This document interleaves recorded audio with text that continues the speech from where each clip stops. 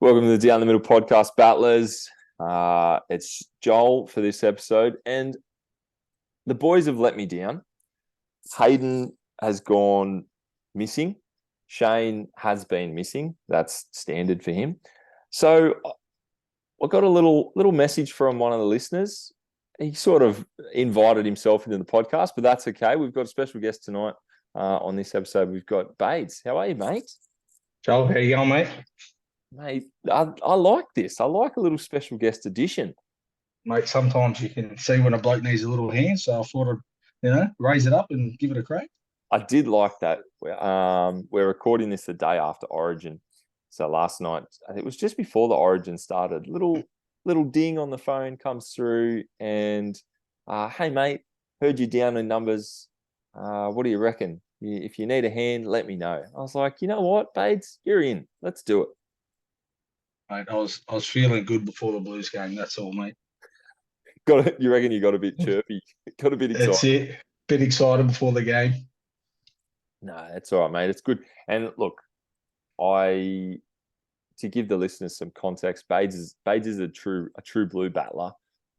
He's part of the Battlers team. He's not an original, but he was brought in early on when we needed a bit of a lift. So he knows what being a battler is all about, which is good.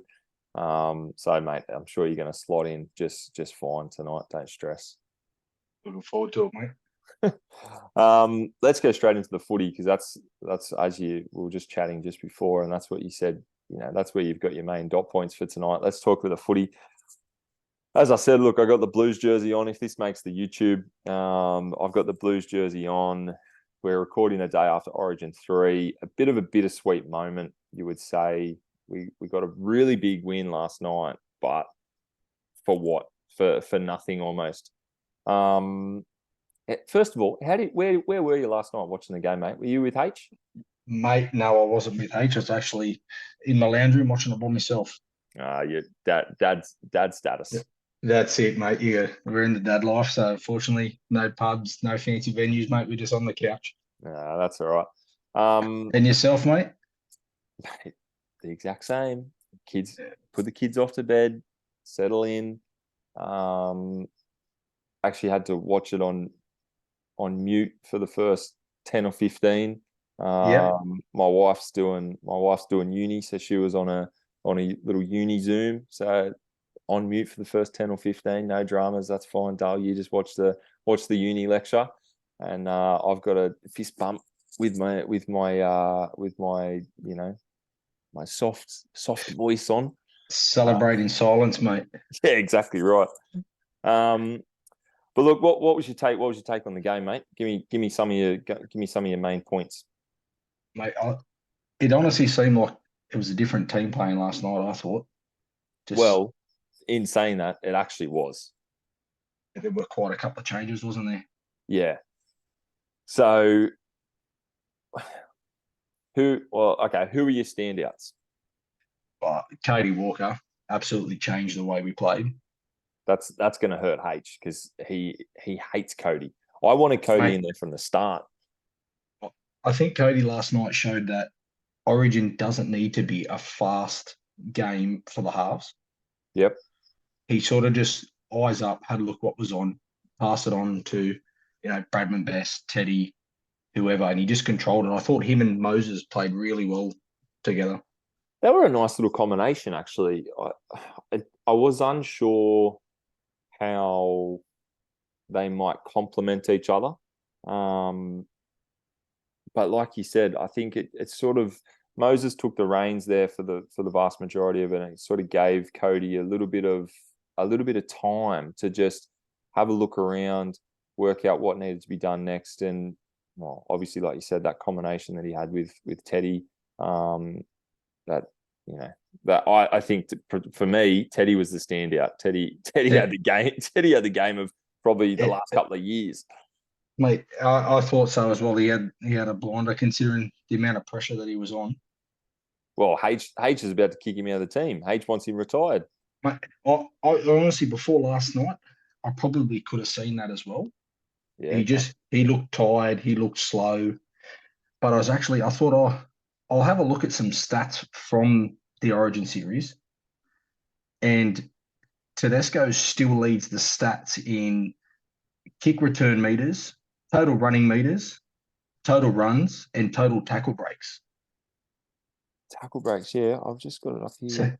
What did he's you have last night? 21. 11 last night?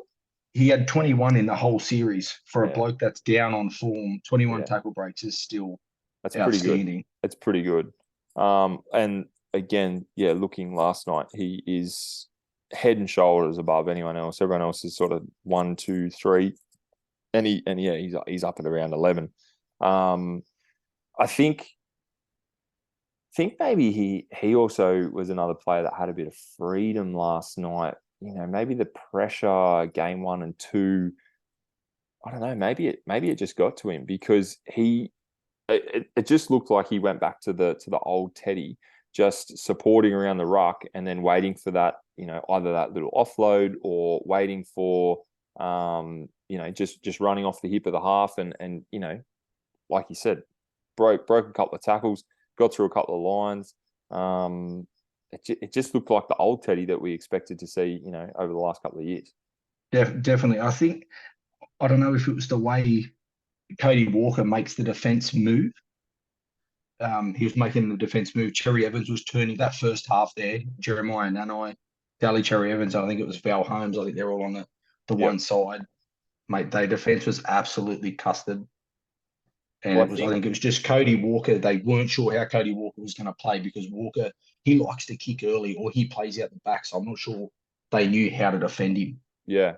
Well, one thing, and for the listeners, H Moore, even though he said, "Oh, sorry, I can't record this week," he still sent in 3 nearly 2-minute long little spiels. So I'll play them for his sake and for the sake of for the listeners. But I think one of his points was exactly what you were just saying, Bates.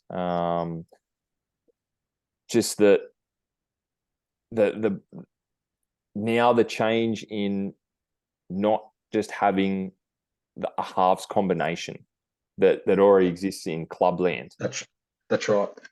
And we've been saying a little bit. I've been speaking to others a little bit over the Origin series. It's just that it's too easy to work out. And I think Cody Walker's been playing really, really well this year, just at club level. And Yep. that's one of his traits that he has. You know, you just That's right. don't necessarily know what he's going to do. Yeah. So anyway, I thought the scoreline actually surprised me a fair bit. I didn't think that New South Wales would win by that much. No, I didn't think so either. I thought it was kind of a 1-12 game, but we looked really good in attack nearly every time we went down there. Bradman Best gets 2 tries. I could have also had 3. Yeah. I think that first try was almost actually should have been allowed. Yeah, I think it's that again, it goes back to that rule where you've got to have both feet behind the player, which you're running. If one foot's behind the player, the other foot's in the air. You know, I still reckon he was pretty close because the pretty close. only angle they had was like diagonal right from behind the play. I still reckon he would have been if the ref had sent it up as try to be reviewed, there was no way they were going to take it off him.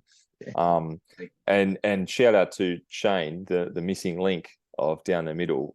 His early tip before the game was Bradman Best to score the first try, and geez, he was getting very lippy when he crossed over and put that ball down. He's going, "Come on, you blokes didn't even, you know, you didn't even think that was a good bet." I'm like, well, generally you tip the worst things in the world. Yes. But yeah. Great game from Bradman Best. Do you think if he has a decent run of form to the end of the year and maybe the start of next year, do you think he keeps his spot? Yeah. I feel like you have to let him have another shot. If he okay. keeps himself fit, because he has struggled with lots of injuries lately. He has had a few. I think he even started he didn't start this season, did he? I'm not sure if he started, but I know he's on the longest streak of injury-free he's had for a while. Yeah, right. Yeah. But I actually thought that the combination of Bradman Best and Josh Addo-Carr Yeah. was probably some of the best we've had since Trell Mitt and Addo-Carr were on a run. I tell you what, maybe if you're the Bulldogs, you almost start circling Bradman Best and going, hey, maybe we bring him down to Canterbury. Yeah, well, they're going after everyone else, so they may as well have a shot. Yeah, well, that is true. But yeah, they just seem to really work well off each other, especially in attack. That was probably their greatest. That's right. But even there was a play there where Queensland ran down that side and Fox just stayed on his wing as he should because he knew Bradman Best. He trusted Bradman Best on the inside, and they just pushed straight out. That's where that they went to go over the sideline. They threw it in, and we almost had a bit of a breakaway play there. Yeah. Whereas I just feel we've been clunky from the centre to the 5'8". I thought that just last night it was all gone. Yeah. No, I certainly think you're right. It was very smooth, those two. They seem to, like you sort of said, they seem to know where each other were and that sort of thing. So yeah, The players that had never played together before it'd be very. good to see. I still think it'd be very hard for him to keep his spot if the likes of Latrell, Tommy maybe, but if they come back fit, it's probably not the best position to be filling in at centre because you probably get punted as soon as other people are fit. Look, I'd cop it if it was two Turbo and Trell Mitchell, but Turbo's shown that his bones are made of paper. So yeah, mate, he's brittle. Do you risk having someone like that again? Is my question. Well, but then the other question is, does Critter take his spot if there's one centre spot? Because he was another one of our best in defence last night. I haven't seen someone put on. Normally it's Liam Martin putting on the hits, but I think I saw Crichton smack about 10 blokes. Oh, where did he took on Harry Grant, I think. He smacked the arm of Harry Grant. Yeah, but then wanted to like rough him up outside as well. That was pretty good. And I like that. I like that. You got to get under the skin of them boys. Yeah, Harry. Well, look, if I stay on Harry Grant, I thought Harry Grant had one of his worst games. He was giving penalties away left, right, and centre. It's still very good, but I think giving away those penalties and making some silly mistakes really cost. Do you think that could have come down to him being fatigued with the role change? Yeah, I thought maybe, and also, so Ben Hunt comes on. It was like the 25th minute or 20th minute or whatever it was. He was playing a lock position. Yeah, and I think, maybe that rattled Harry Grant, to be honest, because I think the last two games he's come off the bench straight into hooker. I don't know. There was something, just that combination. All of a sudden, it had flourished and it go really well, but for the vast majority of it, just didn't seem to work. I don't know. I just didn't. Yeah, I didn't like it, and I think Harry got a little bit flustered. That's what it looked like. They were used to Ben Hunt starting for 20 and Harry Grant played that 45 minute section at the middle of the game where he just cut us to bits and then would go back off and Ben Hunt would finish the game. But last night, you're right, I'm pretty sure they played the whole game nearly on the field together. Yeah, I think maybe towards that first half, I don't know. What did he played 62 minutes. So it must have been towards the first half. He went off. Ben Hunt moved into hooker. But yeah, it just I don't know. I don't know why Billy bothered with it. Like he didn't need to. I don't know, unless he just went, well, Harry, you're going to be a long-term number 9, so you've got to start playing at the start of the game. I don't know, but it just, I think he was a little bit rattled. Yeah, definitely. You know what? Let's hear from H. Let's change it up a little bit. I don't know how this is going to record, but so bear with us. But I'm just gonna click play here, and we're going to hear from H more on his thoughts, and we'll add a little bit more to it.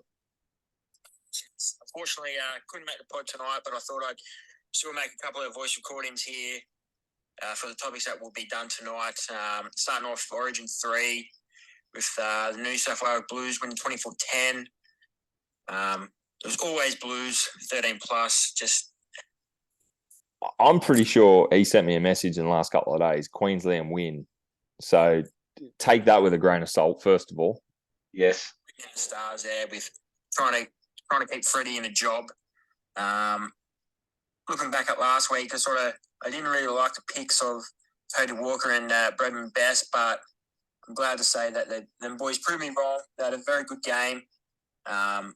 It's amazing what happens when you don't play the Penrith way. Yeah, that's what I was saying. Win a game of Origin.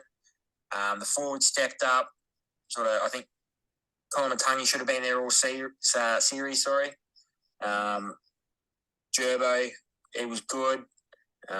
Teddy, I'm glad he had a good game because I think I've been a bit hard on him, but it's been warranted, unfortunately. But, the forwards gave him the platform and he could just do his normal play, go through the middle of a quick play the ball and do his best. The only downside, I think, of us winning that game last night is actually the fact that Brad Fittler probably is going to keep his job. I want a bit of fresh blood in there.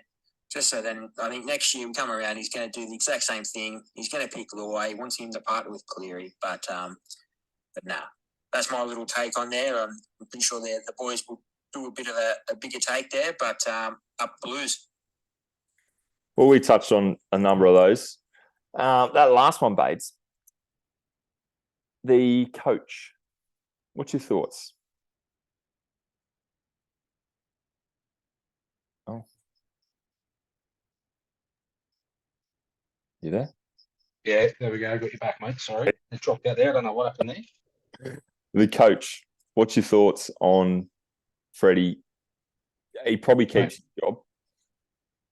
Well, I think he keeps his job on the fact that there really isn't much else out there. I've heard very strong rumours that the Blues leaders want Boyd Cordner to become the coach. That's what I was going to bring up. What I've seen in the last week is potentially Boyd Cordner or Semi Burgess had his name thrown around, but I think that was from others going, yeah, what about? But he's looking into getting into coaching. I've listened to a couple of podcasts where he talks about that he wants to get into coaching. He's one of the great leaders. Don't know if I personally believe that a New South Welshman should coach New South Wales simply for the fact that it's the state of origin. It's this, big battle. It's, that sort of thing. Whereas anyone else can coach anyone. That's right. Whereas Origin, there is real hatred between the two teams. Yeah. I think you've got to feel it to be able to coach it. They say Boyd Cordner was always a massive leader. He was always there, he was always for the boys. He would stand up. I feel like he always led from the front. But again, I always, throw caution to the wind with ex-players becoming coaches. Yeah, well, yeah. Look at Freddie. But I think maybe Origin is one of the only ones where you can get away with that. In Clubland, maybe not. But I reckon, and look, the other thing you got to remember is Boyd Cordner's probably got a bit of a vengeance because he was forced into early retirement through concussion. He probably had some more games for New South Wales, some more games for Australia that got taken from him. So he might have something, to be able to spark. Still got something there to give. Yeah. So well, I would be open to that for sure. But I can't see him losing his job, whether that be fortunately or unfortunately. Hopefully, this last team from Game 3 coaxes him into at least picking, like H said, not necessarily those combinations, just picking a team that can get the job done. Stick with the blokes that can actually do it rather than being too fancy, like bringing in Tavita Pangai Jr. and all that sort of shit. Just get the blokes that know what they're doing. That's what I reckon. Yeah. Well, and that, again, you talk about New South Wales have always for a long time been about combinations, and Queensland proved that you don't need combinations to win. No, absolutely not. I think you win on form, not on combinations. Yeah. Or you go with the just the blokes that are Origin players. That's really what Queensland picked the same team as what they did last year because they're Origin players. What's your thoughts on, because obviously the position of coaching comes down to who wants to play for you also. Do you think Freddie's done himself on some of these disposable players he used for this season? I was leaning towards that. I was thinking, Nico Hines, he'll never play again. The likes of Stefano Tukumono, I'm sorry, Stefano. Those sorts of guys. But again, a few things that Freddie said, a few things that Brandy has come out and said, some other little bits and pieces that the players like Nico has come out and said, and they've sort of, without saying too much, they've gone, look, he was up front with us and he sort of told us, and I've still got a good relationship with him. I hope that is the case because especially for someone like Nico, you need him there for the next 10 years simply because he's going to be one of the greats. Is it unlucky that he didn't get a start this year? Yeah, probably. Is it unlucky that he played 6 minutes and then got dropped? Yeah, it is. But as long as, but I don't know. If I'm Nico, I'd probably be telling Freddie to shove it, and I'd be making sure that I've got my ear to the ground, finding out who's the next coach, and I'd be in with them to make sure they pick me. But I just think you mentioned Stefano. He's told for game 3 that he's going to be rested. It's like, mate, it's not a rest game. We got one left. And he's come out to say that now. Yeah. I feel like footy players, the media can hype stuff up, but he came out personally in an interview, or I don't know what it was, but said that he was told he will be rested for game 3. Now, he hardly played in game 2. Look, the only other thing that I look at is that he got replaced. Well, I suppose he come off the bench, didn't he? I was going to say, he's been replaced by pretty much Jake Trbojevic. Yeah, which I can cop, but then you have the Tyson Frizzell gone. That's one that I spoke about last week. I'm like, how has he been? How has he just been totally punted for what? For Jacob Saifidi? They're playing the same team. They're doing the same job week to week. And I'm all for it, because we had the Saifidi brothers play for us before. They've played outstanding for us, but to then drop other players back out into the wilderness, and Frizzell's been gone for a long time, comes back, plays 2. I thought he was one of our best in game 1 and 2. Then drop him in game 3. Yeah, and it was weird, sort of to bring in Koloa Matangi or Saifidi in for Frizzell. It's like, well, Koloa Matangi didn't really need to play. Saifidi didn't really need to play. We could, I don't know. Again, it would maybe just that it was a dead rubber game makes a bit of a difference. You can just flick them, but yeah, I think you're definitely right. For some of those players, they might be going, well, what's the point in playing? What's the point in me putting my heart on my sleeve, busting my ass for 80 minutes, and then not getting another go? And I lost the series. Series. I played 80 minutes and I lost the series because I played in those first 2 games. And these blokes come in and play game 3. They didn't lose the series. Jake Trbojevic didn't lose the series. Regan Campbell-Gillard, Ken Koloa-Matangi, Jacob Side, they didn't lose the series. No, that's right. They played one game and they won a game. So they didn't lose the series. Tyson Frizzell lost the series, though. Stefano lost the series. I get you. That is where you sort of go, well, why am I bothering? But I think it leaves you looking for answers, doesn't it? Yeah. So it's definitely really interesting now where the Blues go for a coach next year, and then who gets picked, because that team last night could play again next year. Yes. But again, it will come down to injuries. Latrell could walk back into that team. Nathan Cleary could walk back into that team. So it's I don't know. It's gonna be different. Just sucks that you win it. You win game 3 and it means nothing. That's right. That's right. Now, I'd like to get you. What's your thoughts on carrying an outside back on the bench for 77 minutes to put him on for the last 3? No, it's the dumbest thing in the world.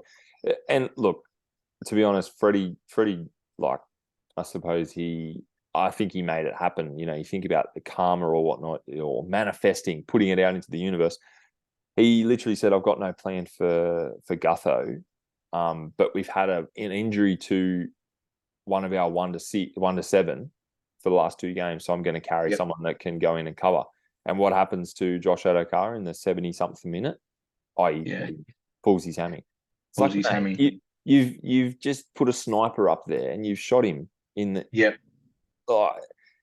And again, like, realistically, I just think you got to go in with a team that is like just fits the mold. Just pick a team that fits the mold to a certain extent. And if someone goes down, you make it work. You don't send Damien Cook into centre. That's right. But you do something. You know, you put a Cameron Murray out to the centre. You put even just pushing Kalonga Matangi out a little bit and bring it, like, it's not going to hurt too much. But what if I'm Clint Gutherson? I would have been headless too, because he hasn't won a game either, because he played 2 minutes. He didn't do anything. The game was already won by then.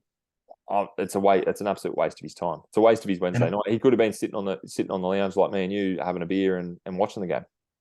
Yeah, I guess the only upside for Gutho is it's probably the easiest $35,000 he's ever earned. Yeah, that's true. Actually, you know what? No, don't sit on the lounge and drink a beer. But more to the point, we carry Nico Hines on the bench for game 1. It goes south. It doesn't work out. Game 2, he's gone.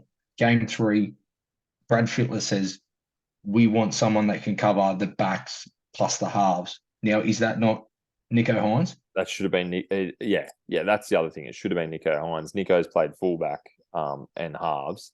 Fair enough, he's not a centre or a winger, but he could have certainly, you know, if Josh Adokar goes down, there's no reason to say that.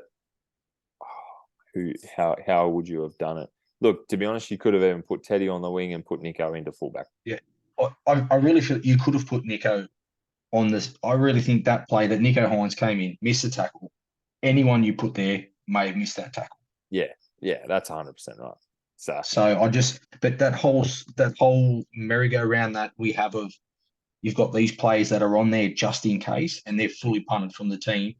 For someone that doesn't, Gutho is a fullback. Hines is a utility player. We used to carry Jack Whiten all the time for the same role. But even to further that, the fact that Scotty Drinkwater was 18th man. Yeah. Scotty Drinkwater's playing great. I'm not going to take it away from him, but he's 18th. You got 2, and he's a fullback also. But we already got rid of Nico. That's right. I don't know. Yeah, but again, the weird and wild brain of Freddie Fittler, who knows? But is that Origin? Mate, the only other stat I have a little one for you for. Hit me. I think did he get man of the series? Ruben Cotter.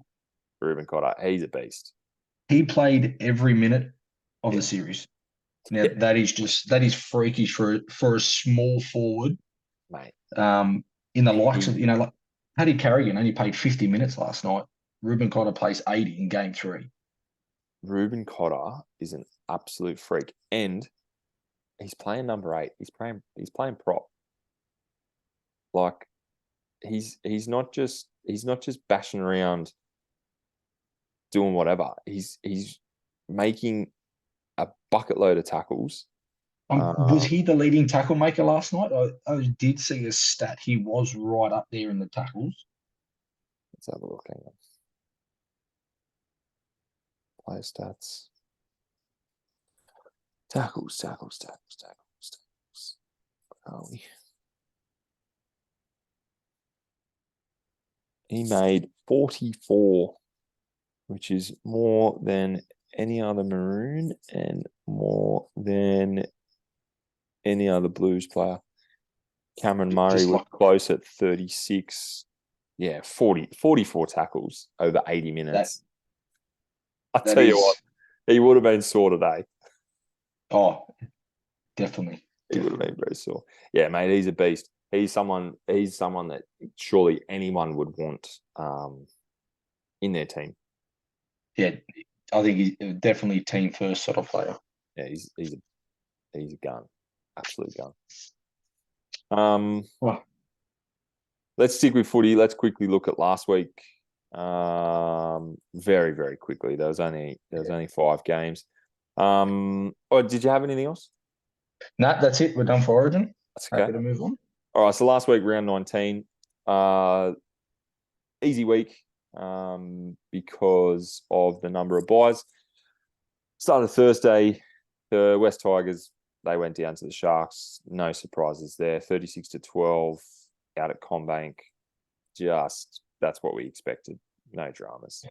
Friday game, I was hopeful that my Dragons would get up. I think I did tip them on the pod. I did change my tip to the Raiders because they were never going to get there. They did have a late surge, which was good. I would have liked them to play this week instead of getting the bye to try and continue that momentum. Yes. But they did lose 36-26 against the Raiders. A late fade out in that game. I thought you guys would kind of pull them back, and then Sebastian Chris just kind of walked through the middle of your pack. Yeah, they had like this really good middle bit, and then a late try in the 71st minute just really cemented it for the Raiders. A couple of injuries there. They changed their team around, but yeah, still not that good. Saturday game, the Eels got pumped by the Warriors. Did you tip that? Yeah, I tipped the Warriors, mate. Nice. I think I did too. There's just I did. I saw a fair few people actually tip Parramatta Eels, and I just thought there's no Clint Gutherson, no Regan Kimball-Gillard, no Moses, Dylan Brown obviously being suspended. Then their key playmakers just weren't there. Yeah, and the magic of Sean Johnson. Yeah, mate. He's like a fine wine, isn't he? He's getting better with age. He is in, probably career best form, I would say. He hasn't really, since he had one breakout year early on in his career, got injured, and he's been kind of below par since, and he's just on the trajectory towards GOAT status, I reckon, for the Warriors. I think he played his 200th over the weekend, maybe, for the Warriors. I think he's one of only a handful of players that have played 200 for the Warriors. So, yeah, mate, as far as Warriors legend, he's certainly up there. I think that's reflecting on the rest of the team. I haven't seen the Warriors as a whole team play this good for quite a long time. You think if you look at their team it's not a team full of stars, if you know what I mean. Absolutely, it's not superstars. You got good players there. But you've still got you got Marcelo Montoya on the wing. He got dropped from the Bulldogs. Dallin on the other wing, former Bulldog. You got Rocco Berry and Pompey in the centres. They're unknown centres, but they are doing a job. You got that young fella Luke Metcalf, almost got 4 tries. I think he ended up with a hat trick. 2 tries. Okay, his third got disallowed. Yep. And their forward pack just they've just got a bunch of battlers. Bunty Afoa, Jacko Ford, who's bounced around to a few clubs. Mitch Barnett has bounced around. Yep. Bailey Sirinen on the bench. Freddie Lussick. They just got a bunch of battlers. They're probably doing what the Dragons and the Tigers have been trying to do over the last couple of years. Just bring in, a couple of good enough players and then have one person to bring it all together. I suppose they're showing that can work, but yeah. Yeah, and I definitely under a good coach of Andrew Webster, I think he's... Yeah, I think the coach makes a difference, doesn't it? Huge difference. I'm going to call it the upset of the round was Rabbitohs losing to the Doggies. I actually tipped the Rabbitohs. H. Moore got a full round and tipped the Doggies. He didn't he let us know about it? Oh yeah, he told me a couple of times. Again, the Bunnies had a little bit of a late middle pack surge. You know, Blake Taft scored a double in the 50 to 60 something minute mark. They had 2 late tries, but just not enough to get over the line, with Matty Burton kicking 5 from 6. 32-36. That's pretty good from the Doggies to even be able to score 36 points. It was really good. It was, mate, and to be honest, I think that's kind of a reflection of bringing in I would say he's an NRL quality half. He may not be the best, but Toby Sexton. Sexton's pretty good. Definitely. I think he proved himself. I know it's only one game, but mate, he's been toiling in reserve grade, and now he's, getting a start. I think it unlocked Matt Burton huge. Yeah, well, Sexton at the Titans, they sort of had 3 playmakers for 2 positions there, or four playmakers for 3 positions with the hooker. So he's sort of been in and out. I think it's probably a good move from him to come down to Canterbury. Yeah. And like you said, I think it maybe freed up Matt Burton to do what he's being paid for, really. Yeah, well, at the end of the day, Burton, I don't think Burton's ever going to be a half. He was a playmaking centre that was also a 5'8", but I just trying to get him to lead the pack round just wasn't working for him. Yeah, 100%. He needs to be given that little bit of freedom, and whether he wants to create a chance or whether he wants to take a chance himself. He does like to run the ball, and I think now Toby Sexton lets him do that. Yeah. Still problematic that they let in 32 points. It's all well and good to win, but only by 4 when you're scoring that amount of points is potentially problematic. But good on the Doggies. Then the last game was the Titans losing to the Dolphins. I tipped that one. Yeah, I did also, mate. I went early on it. I just thought the Dolphins might have just had that little bit. I didn't think it was going to be as close as it was. Yeah, so a win in extra time. Is that right? With a penalty kick. The penalty kick. That was that a... It was offside on the charge down. Yeah. That's correct. That's right. That's right. Correct. Yeah. It was quite a big call, but I'm happy for the ref to make those calls, even if it may not have been right. He was offside by a mile. Someone came out and backed it. I can't remember. I don't know if it was maybe the referee's boss or not, but said, "Look, it's the right call. You not often is it actually blown." That to give the penalty there is in that scenario, huge. But he's well within his rights because it's part of the rules. So I watched the video on it, and he says he calls. It was Aaron Clark who plays offside. Yeah, and he calls his name twice, and he's gone way before the hooker has picked the ball up. So that's how early he's gone. So I'm happy for him. And you know what? Even if, mate, they can review it anyway, so they can always overturn the challenge, whatever they do. So I like to see him back himself. Look, also good on Aaron Clark. Just try your luck. That's some real battler stuff. That's what we would be doing on our line. Yeah, definitely. That's right. That's right. In the 39th minute, or if we went into extra time in the 42nd minute. And look, there's only one referee out at Catherine Park that would have pulled it on us. So yeah, and I hear you and him are on good terms. He knows who he is. Shout out to the big fat bloke. In some good news from, I don't know, this round, last round. Last round, yeah. Mate, Josh Reynolds retires to fit Toby Sexton into the top 30. Now, that is huge. That's a massive list. I think that's very Josh Reynolds. That's very Josh Reynolds of him. Club first player, always has been. Surprising still, because he pushed so much to get that spot. But I think he always sort of said, look, if there's someone better, then, it is what it is. I'm happy to play reserve grade. I just want to have one last crack, and I do want to get back to the NRL. He's played 1 or 2 games this year, I think. Yeah, I don't think he's played many. He's actually playing at Belmore in reserve grade this week for a Yes. send off. So that's huge, and I like to what see the whole Bulldogs first grade side turn up to his Oh, media conference about it. yeah. So Mate, I think it's very evident what he's done for the club and how much he loves the Bulldogs. He's grown up as a Bulldog, so yeah, it was pretty good, pretty good. But look, he's definitely overdue for finishing up. So yeah, definitely not what he used to be when he was a bit younger. I think he was lucky to get back into the side. I think.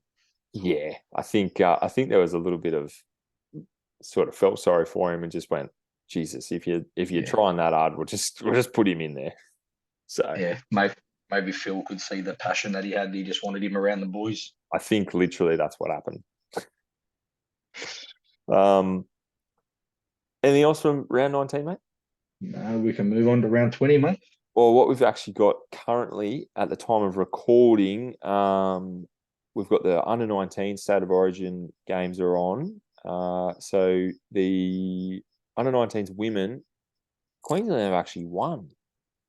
They've won 20 to 14. Now, I thought last time I looked before we started recording, they were losing, but Queensland have won 20 to 14 in the women's. And the males currently still going. Yep, 45 minutes in, and New South Wales are up 20 to 14. There you go. It's not bad. I don't mind it for a bit of a watch, mate. How's the try scorers for New South Wales? Ethan Strange, Ethan Ferguson, Ethan Sanders, and Ethan Strange. Guys, pick a couple of different names, would you? Bit confusing with three. Yeah, Ethan, and Ethan. Anyway, well, we'll might find out how that game finishes up by the end of the recording.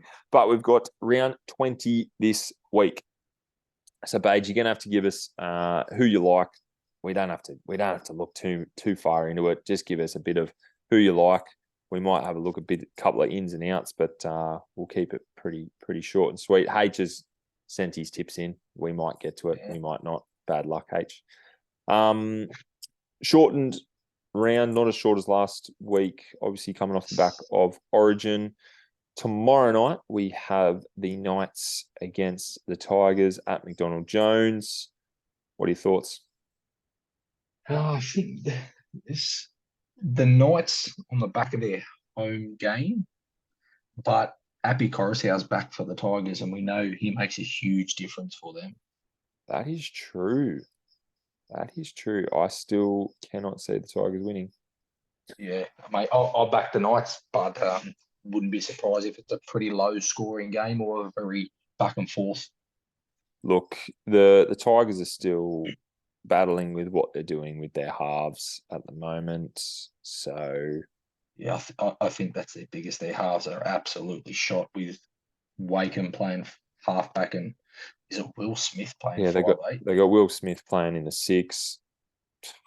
Yeah, look, Appy's gonna have a lot on his shoulders on the week on Friday. So look, I'm gonna go. To be honest, I'm gonna go Knights 13+. Knights 13. Okay. I'm going big, yeah.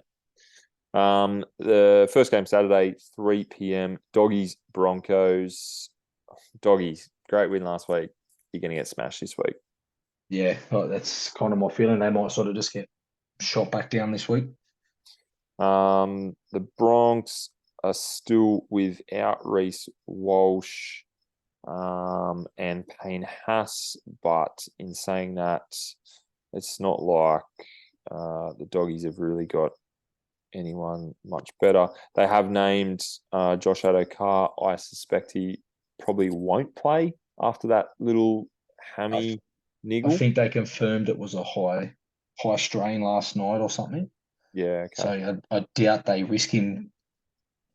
Yeah. So that's some of their scoring power gone. I'm probably going to go Broncos 13+ as well. Yep. Broncos.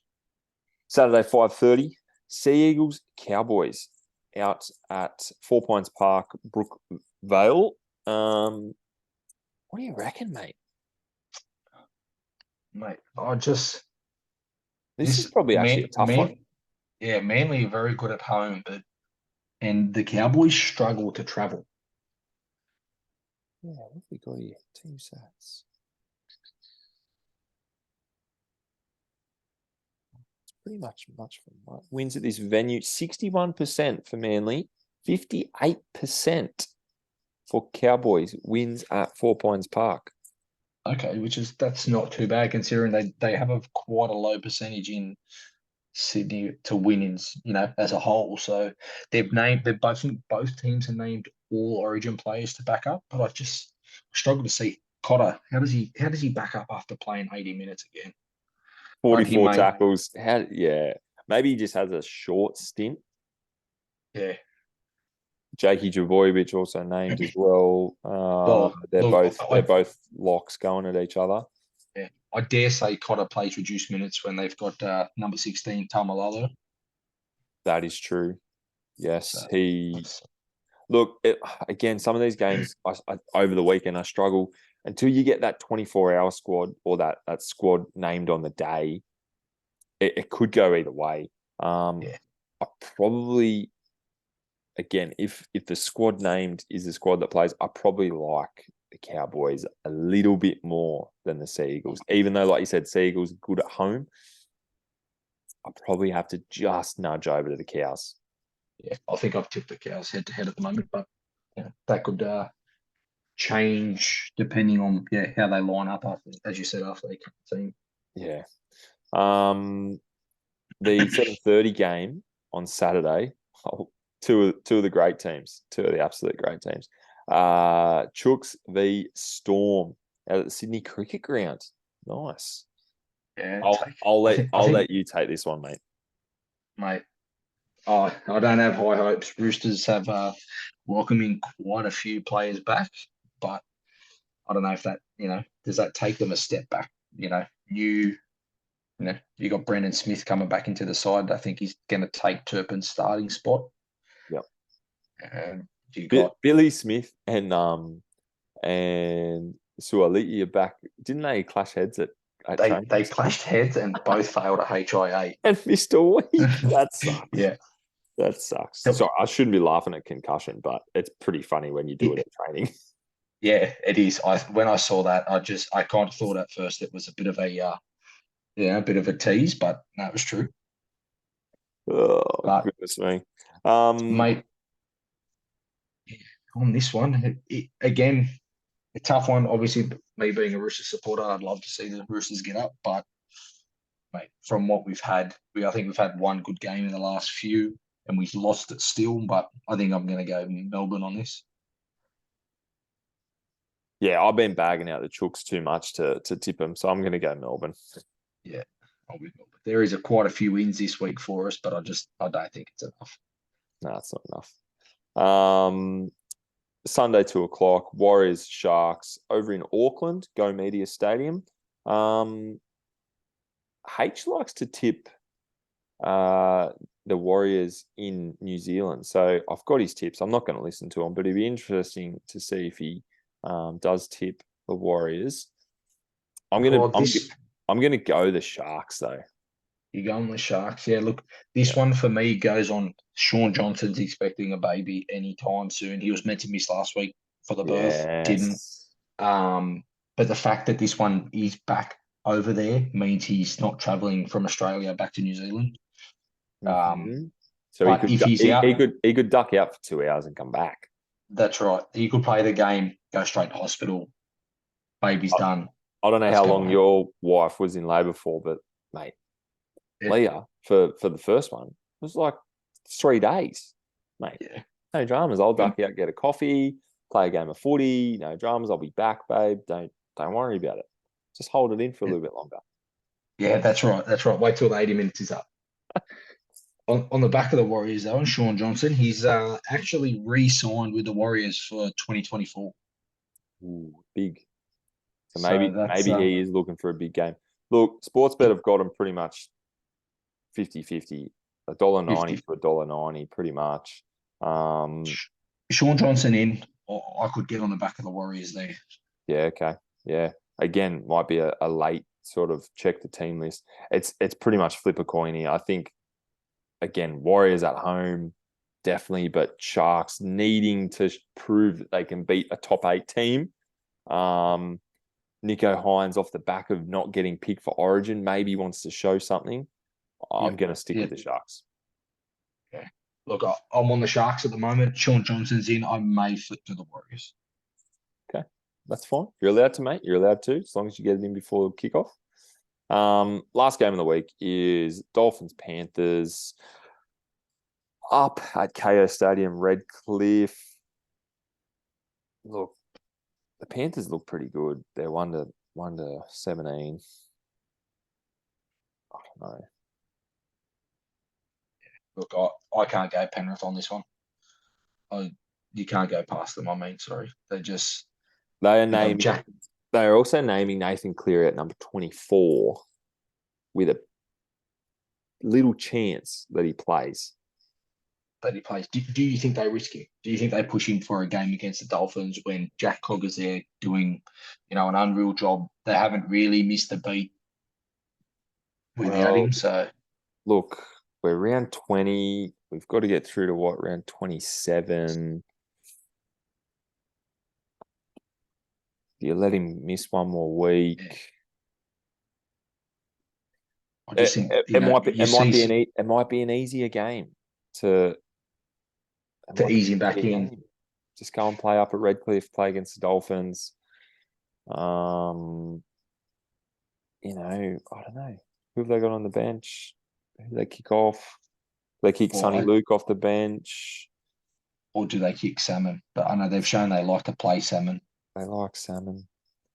Yeah, I don't know. Maybe they don't. Maybe they don't get rid of it. Oh, jeez, I don't know. Again, another game. Wait till the day, see who gets named. Yeah. Look, if Cleary's playing, I'll definitely go Panthers. I'm probably leaning more towards the Panthers anyway, regardless, I think. Yeah, I'm on that. You also you said that was the last game, but there's actually 3 on the Sunday. Yeah, I did just realise that. The last game is a 6:00 game, 6:15 game out at Combank. Eels Titans.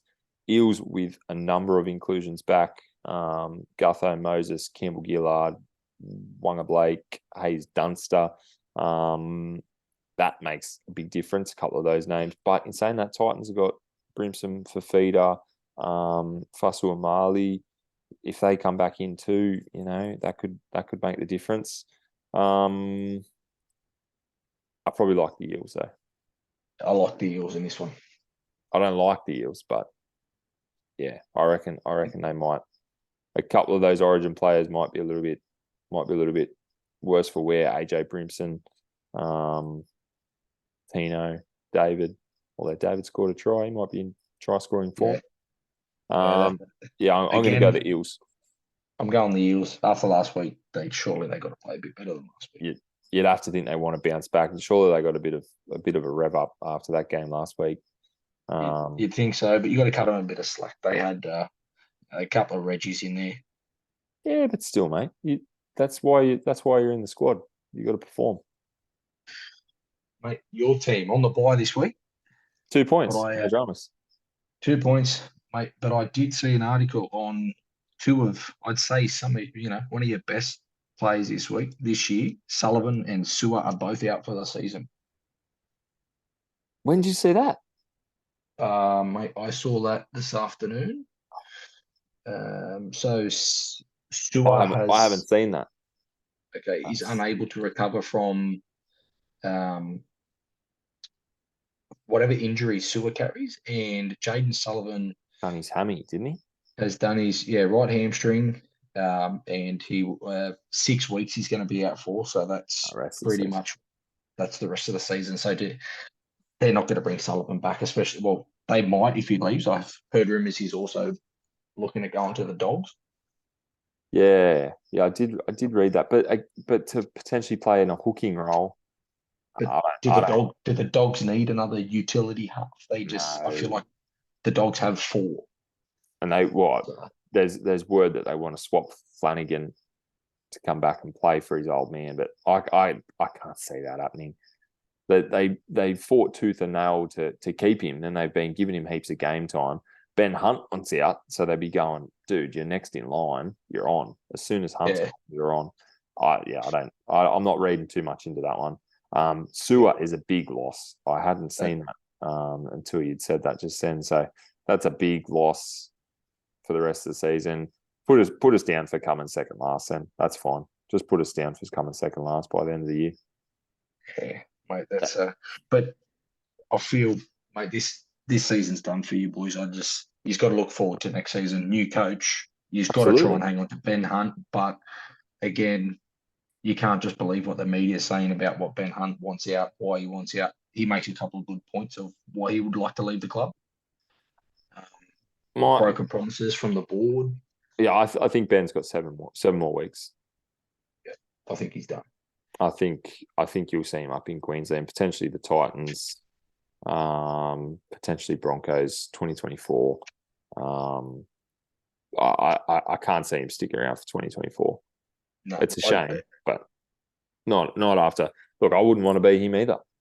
Busting your ass every week, playing still getting picked for Origin, but then your team can't even win a game. Like, yeah. Come on, man. I think the biggest thing I read from his interview before the boys went on the media ban was he was told personally by the St. George board that they will not sack McGregor during the season, and they sack him. Griffin, sorry. Yeah. Sorry. Yeah. Because he had said he didn't want to work for anyone else. That's right. And how do you blame him? You know, I've been on a big hype.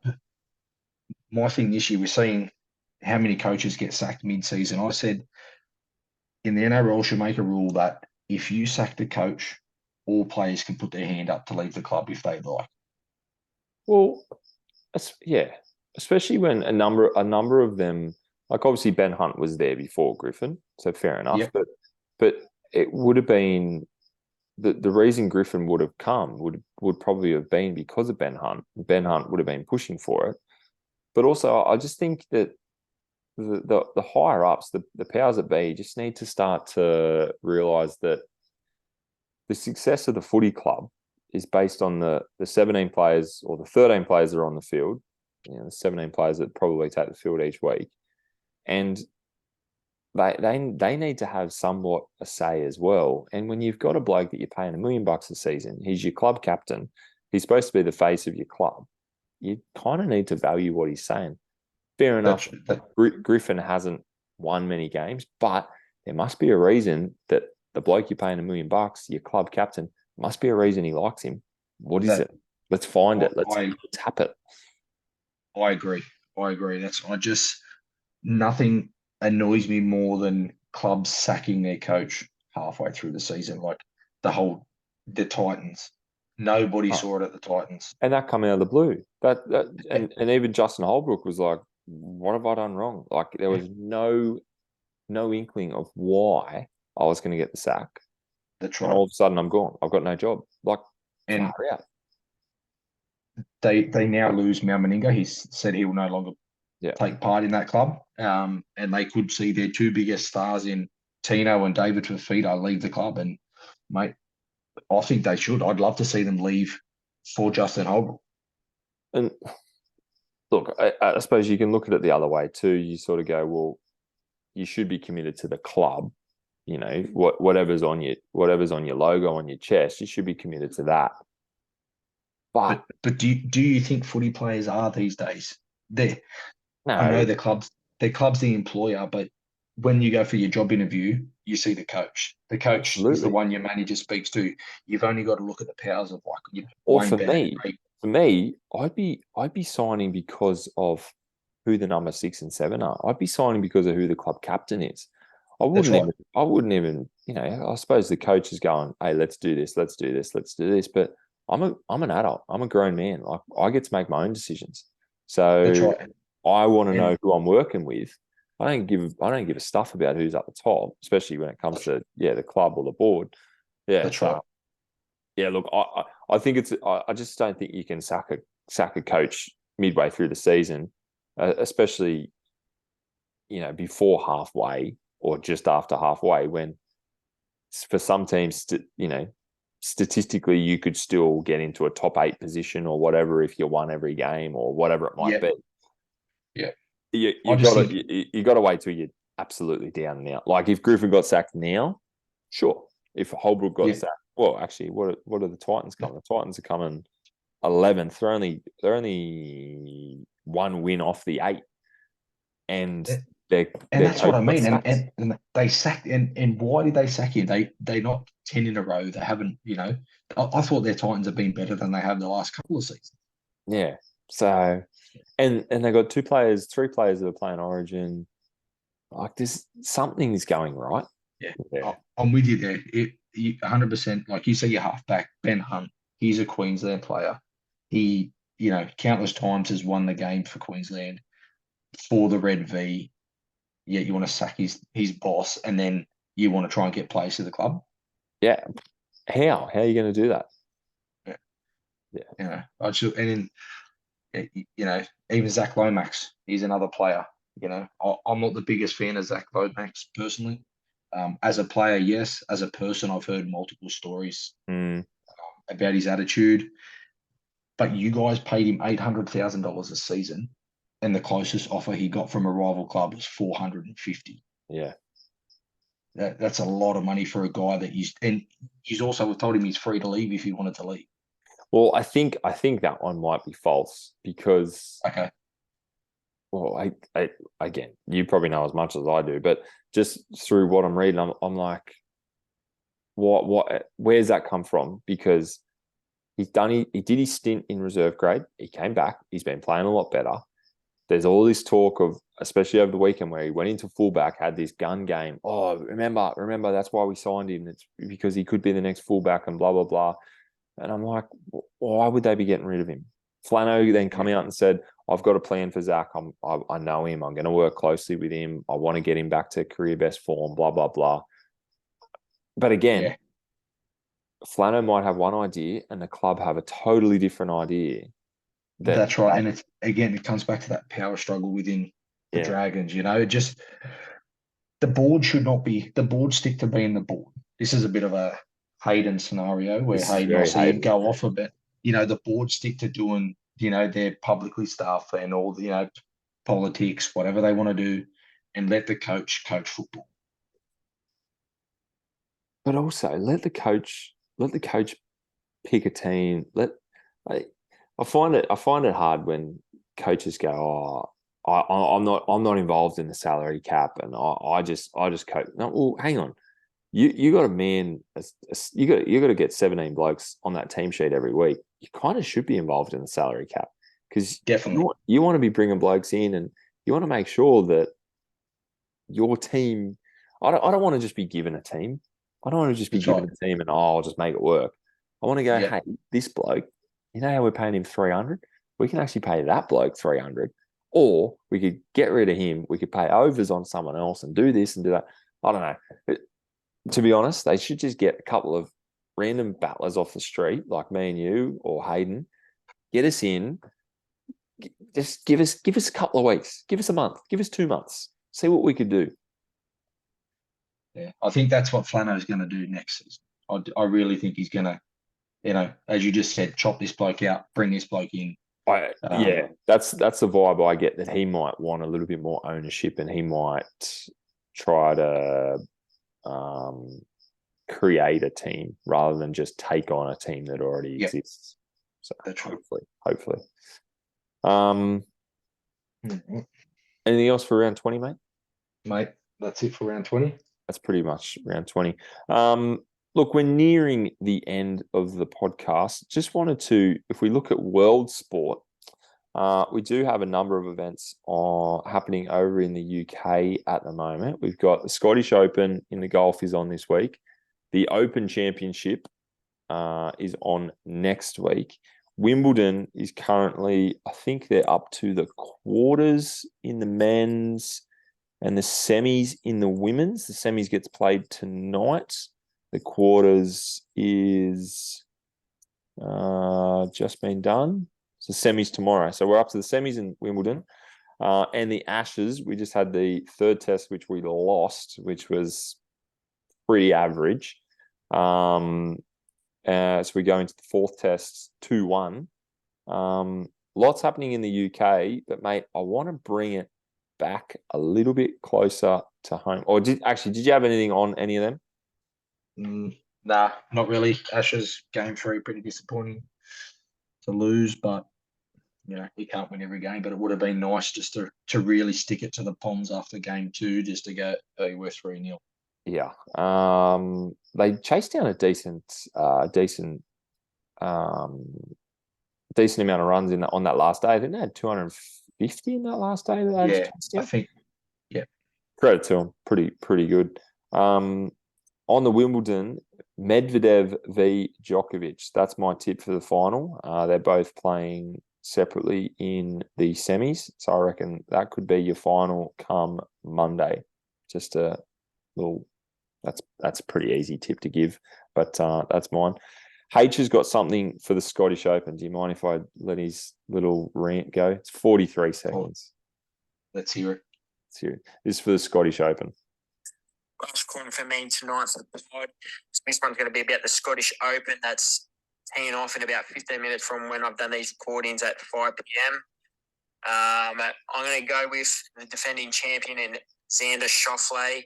I think he loves Xander so much. Style of courses out there in England or Scotland. This one is actually in Scottish Open.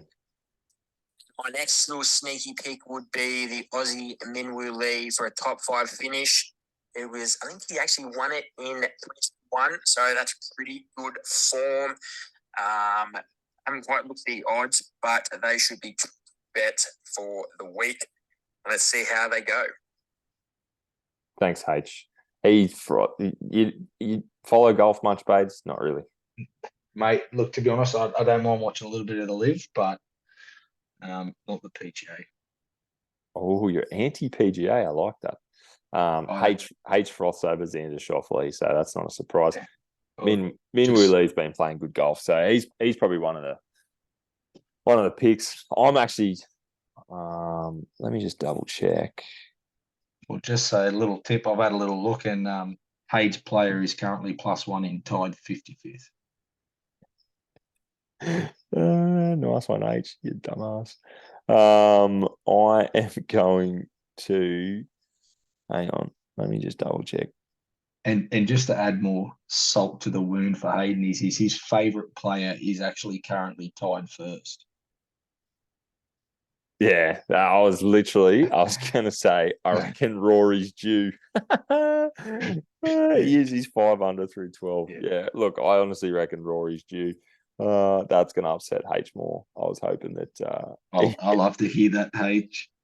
Shout out to H. Shout out to Rory. Good on him. Last thing, mate, bring it back to, a little bit closer to home. We've got the Women's World Cup starts pretty damn soon. Let me just get up. We've got... Starts in 6 days or something, doesn't it? Yeah, I think it's the 23rd off top. Maybe the 20th. Anyway, but tomorrow we actually have the Matildas playing against France in a friendly. Mate, I'm pretty sure it's sold out. Just for a friendly the week before at Marvel Stadium. Wow. Huge. I really think that. Well, first of all, I think having this World Cup now with the women's game growing so much in Australia is really good, because I think Australia are getting it right in growing women's sport. So that's probably really good. But also, just lost my train of thought. Having it in Australia with the Matildas, I think Matildas have a brand which is very, I think, as far as like national teams for the women that you would know, you'd know the Matildas, you'd maybe know the US. Like, not know the players, but you'd know the team. Yeah. And you know what? You'd probably just go England, because England are a soccer nation. I honestly reckon this World Cup in Australia, it's a very, very good move by FIFA, but also it's going to be awesome for all the little kids out there that want to watch soccer, or all the soccer heads out there. I'm not necessarily a soccer head, but goddamn, I'll be watching. It's good to see. I have seen that it may be a little bit difficult to watch some games, I've heard, just with So it is Optus going to, Sports or something. yeah, but it is also on So it seems, 7+.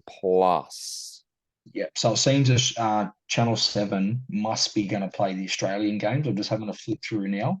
Yeah. So obviously they want the coverage of Australia. Again, they're not the other countries. They're not really. New Zealand, you get 7 mate for New Zealand.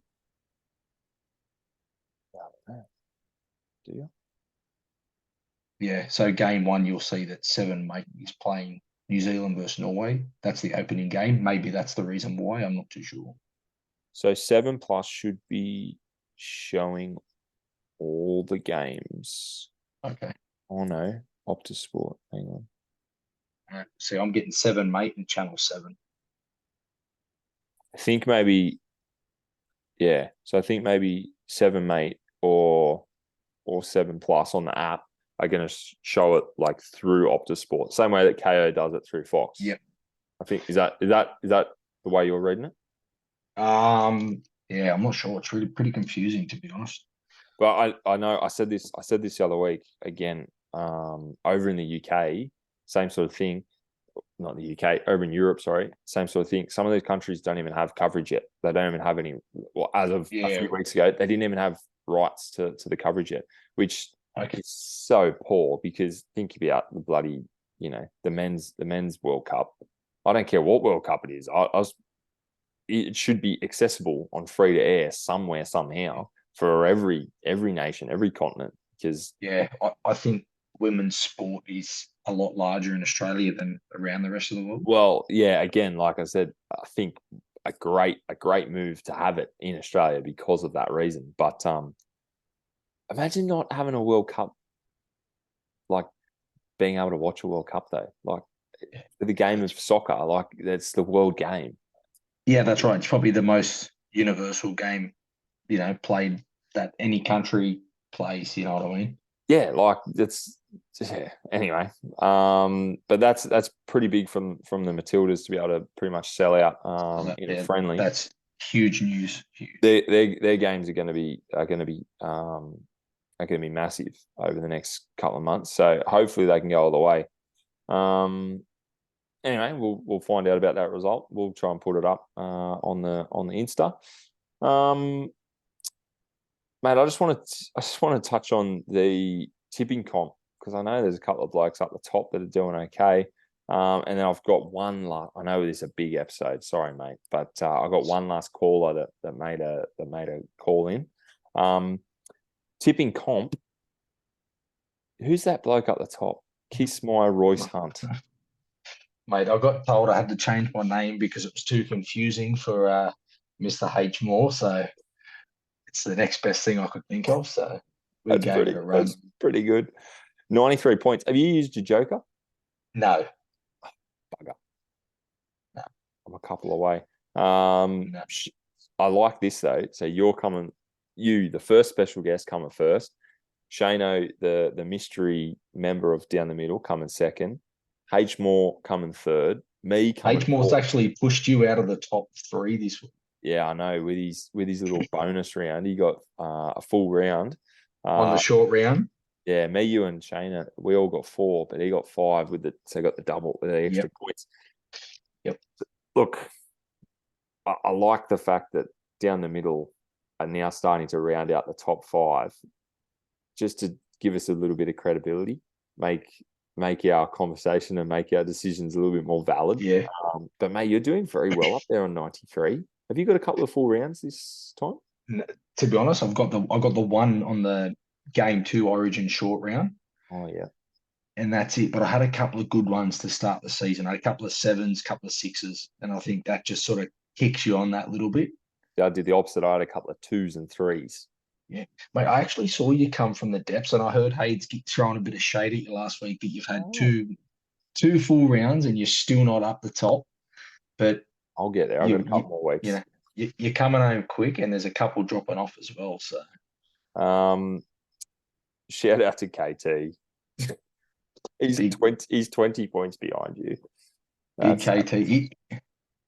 He surely hasn't tipped the Tigers every week. I think he has, which I think has really hurt him. You don't bet with your heart. You tip with your No, head. you got to take your jersey off. Yeah. Yeah. I tipped Canberra last week. You got to do it. Boxhead, that's Tom.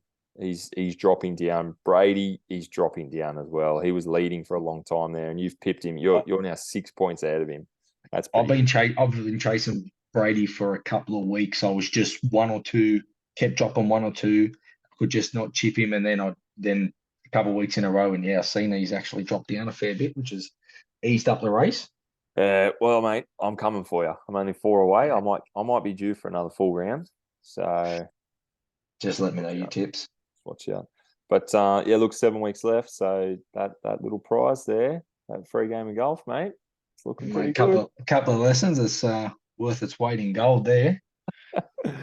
Well, we'll see. But yeah, look, I think we decided we couldn't win. Although, tell you what, if me, H, or Shane win, it's a nice little put the money back into the kitty. No, it'll be someone will win. I think you're probably the top contender, mate. If it goes to one of the DTM boys, you might have to recycle it to the highest. Yeah, it goes next in line. That's all right, mate. Just how are you going in the Supercoach? I haven't heard much chat from you boys on the Supercoach front. No, we don't talk Supercoach, mate. Okay. Because shout out to Damo. Damo's like Damo is actually kicking way ahead. So I remember hearing Hayden say he was chasing him down.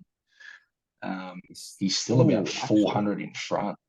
No, he's not. So we're going off total score here. So he's on 21,473. Mitchell, the Bun Stars, 21,380. So he's actually caught back up. He's only 100 away or 90 away. Yeah. H has got 400 to catch. There you go. Okay. I don't talk about it because I'm coming 10th. Mate, you actually knocked me off the other week, so... Did I? Good on me. Yeah. Where are you? Oh, you're coming 5th. You're going right. Oh, mate, I'm miles away. But yeah, look, the competition there is really between Damo and Mitch. They're neck and neck. I think H had a good round last round, 1,000 points. So he's trying, but I can't see anyone other than those two winning. But yeah, that's a good little lead they got there. But yeah, I don't talk about chasing him down. Okay, I hate it. I didn't make any trades for like 3 weeks because I just annoys me. I always pick the bad guys. Get frustrated, and it's easier not to do it. Yeah, literally. Mate, I'm going to leave us with one caller on the end because I know it's getting late and we've got families that we need to get back to, and the battlers are probably sick of us. It's been a good episode. I got one. Yeah, very good. One bloke sent something in. He wants to really just have a dig at H, so that's why I thought I had to include it. I'd love to hear anything digging at H. So I'm gonna play it. He's also part of our tipping comp, part of the Supercoach comp. This is Tyler Webb. Did you play tag with Tyler? Was he a battler when you were? No. Yeah, poor Tyler did his ACL for the battlers, so he's always got a spot for the battlers if he wants to return. I don't think he will. He's too scared. But this one's from Tyler. Yeah, g'day down the middle podcast. How you going? Webber here. Long time listener, first time caller, and lifetime battler. Calling through today to get a couple of points off my chest after gathering my thoughts over the past several episodes since the start of the podcast. The very beginning, you may say. Number one, you seem to always comment on the top half of the tipping comp. How about you blokes celebrate the efforts of us plebs down the bottom? Personally, a lot of positive growth for myself. After leading the bottom of the table since round 1, I've jumped up a spot. You heard, a spot. And I've now gained control of the bottom. You're welcome. Webb's dominating either end of the ladder like a human centipede, if you will. Not anymore. Number 2, the YouTube channel. Love the fact that Down the Middle's on YouTube. Great to see your faces more often, but you know what? I take it back. It's not all rosy. Sit with me at number 3. Hayden's motherfucking speaker. What this microphone. Blue-coloured shit is that thing? For those who have seen Star Wars, where Luke is learning to saber and he's being shot at by that ball, Doesn't that just resemble your bloody microphone? And even better yet, it looks like the fucking Death Star, Hayden. What are you trying to say, Hayden? You're the Luke Skywalker of the podcast world? Grow up, mate. And also, since when are microphones a sphere? Honestly, H, have a good look at yourself. Hashtag Poxy Floor is life. Number 4, fourth and final, you may say. Special guests. Personally, I'd love to see special guests join in. We got one. That love a good chat and a bit of banter. For some examples, KT, Brighton James Noble, he loves a good chat, and the captain's GMA, you name a few of his personal best stories. But yeah, down the middle, love what you're doing. Love that you're all having a crack. And yeah, I look forward to these episodes each week. So keep them coming. And yeah, look forward to Webbo climbing that ladder as a late charge to the finish line. Yeah. Coming for you. Well, thanks, Webbo. Look, I listened to it today and I was like, special guest, mate. We've got one. We've got Bayden. Webbo's been messaging me the last couple of weeks about H's microphone. He hates it. He absolutely hates it. The look of it or the sound of it? The look of it, just because it's Okay. a circle. He couldn't get behind it. H loves it, though. He likes to go like this and whatever. We just talked about tipping. Webb, he's miles away, so he's got nothing there. And his brother Brady, well, he's dropping off the top, so he's a bit out of touch there. That's okay. But look, we got a special guest on, Webbo. So this, if anything, this episode's for you, mate. Bayden coming on, this episode's for you. And that's about it, mate. I haven't got much else. That'll probably do us. It's a pretty long film there. H will probably get a bit jealous that we've spoken more than he has, and we all know no one outspeaks Hayden. Well, look, he's let himself down by not coming on after Origin 3, so bad luck, H. But Bades, thanks for coming on, mate. I appreciate you putting your hand up. I'm sure we'll get you back. We'll get a couple more special guests in. We've got a list already compiled of people we need to hit up. We're just waiting for the right times. But yeah, it was good, mate. That was good. I like a bit of back and forth. It was good to be on there, and I've been saying H has actually chipped me ages ago about maybe doing it. I said, yeah, I'll have a crack. And H couldn't make the one that I could, so up yours, H. 1-0. We'll have to get you on the video next time, though, mate. And we have to find out when the Battlers are playing next. Yeah, Battlers, September. Jeez, it's a big off season. Anyway, it is. Mate, done good. Love it. Thanks for having me on. All right, Battlers, enjoy that episode. We will talk to you next week. See ya. Goodbye. See you, mate.